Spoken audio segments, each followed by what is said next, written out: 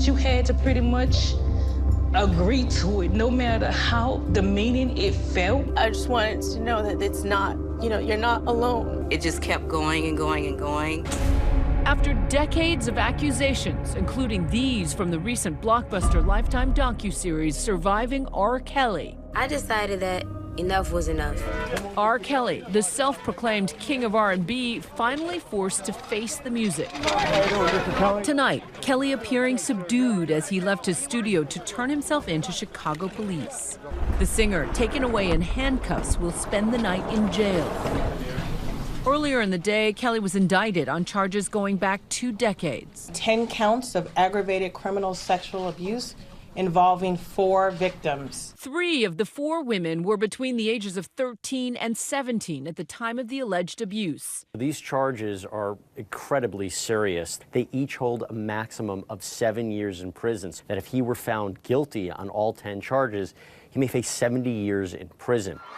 The charges spanning a dozen years from 1998 to 2010, when the R&B singer was at the height of his career, releasing hits like Ignition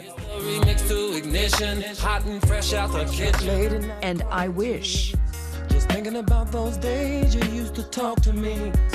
Just hours after the indictment was handed down, attorney Michael Avenatti, who represents several accusers, spoke out, claiming he was responsible for the break in the case. Earlier this month, we uncovered and recovered a videotape of over 40 minutes in length. The tape was shot in the late 90s, approximately 1999. It depicts 2 separate scenes shot on 2 separate days within Mr. Kelly's residence at the time. Avenatti shared a screen grab of what he says is Kelly's face from the video. Repeatedly on the video, both the victim and Mr. Kelly refer to the victim's age as being 14. The charges come in the wake of that 6-part Lifetime docuseries seen by millions. I'm sorry. It's okay.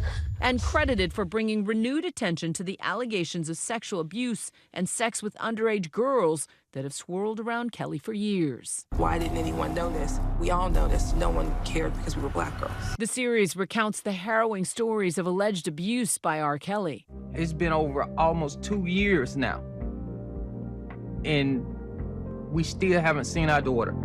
They swept it under the rug, but now they're like going back and saying, maybe that was true, or there was some truth in there, or something was wrong back then, because 30 years later it's still happening. Tamara Simmons and Jesse Daniels are 2 of the executive producers behind the docuseries. When you see these patterns emerge that date back to the 90s, it's hard to deny that what the survivors went through over the course of years, saying the same thing, the same patterns, the same experiences that they've all shared. What they went through was real. They say in light of the Me Too movement, it was time to give these women a voice. Summer of 2017, there were a few articles that had surfaced that detailed new alleged victims. Parallel to that, the Me Too movement started to take off. Once we started to get in touch with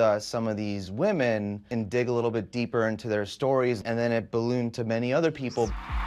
You have this, powerful person that's beloved in the African-American community, and then you have a victim that nobody cares about. It shows you how rich and powerful men can get away with a lot of things. We've been supporting and enabling him for decades. More than 50 people were interviewed for the docuseries, including over a dozen alleged victims who accused the R&B singer of physical and sexual abuse, stretching over months and years. Many who say they were just teenagers when they first met the star. Rob was sitting there at the pool, and he was being really, really nice, and he asked me how old I was, and I told him I was 17. After the docuseries aired, Cook County, Illinois State Attorney Kim Fox issued an unusual call for anyone with any information to come forward and tell their stories. I'm here today to encourage victims of sexual assault or domestic violence related to these allegations to please get in touch with our office. 6 weeks later, she delivered the news of his indictment. This recent indictment shows that activism works. that good journalism works. If it weren't for the Mute R. Kelly campaign, if it weren't for the brave survivors and accusers that have come forward with their own stories, then we wouldn't be here today. This is not the first time Kelly has been in legal jeopardy. In 2008, Kelly was acquitted of charges of child pornography. Robert was acquitted largely because the victim and her parents refused to confirm her identity. So though she was identified on the tape by other people, including an aunt, because she was unwilling to say that she was a victim, it was determined that there was no victim, and thus there couldn't be a prosecution. In an interview with music journalist Torre, taped after his acquittal, R. Kelly struggles to answer what many viewed as a basic question. Do you like teenage girls? When you say teenage, how old are we talking? Girls who are teenagers. I have some 19-year-old friends. R. Kelly had made his desire for younger women well known. His marriage to R&B darling Aaliyah in 1994 was annulled after it was discovered the singer was only 15 at the time of her marriage. He later married choreographer Andrea Kelly. ABC's Lindsay Davis spoke with Andrea about her ex-husband last year. Do I believe that he should serve time in jail? I do. You would like to see him arrested? Yes. Kelly said she was a victim herself for 13 long years of emotional, physical, and sexual abuse at the hands of R. Kelly. She and the singer have 3 children together. Did you ever fear for your life? Yes. You thought he might kill you? Yeah. Your kids? No.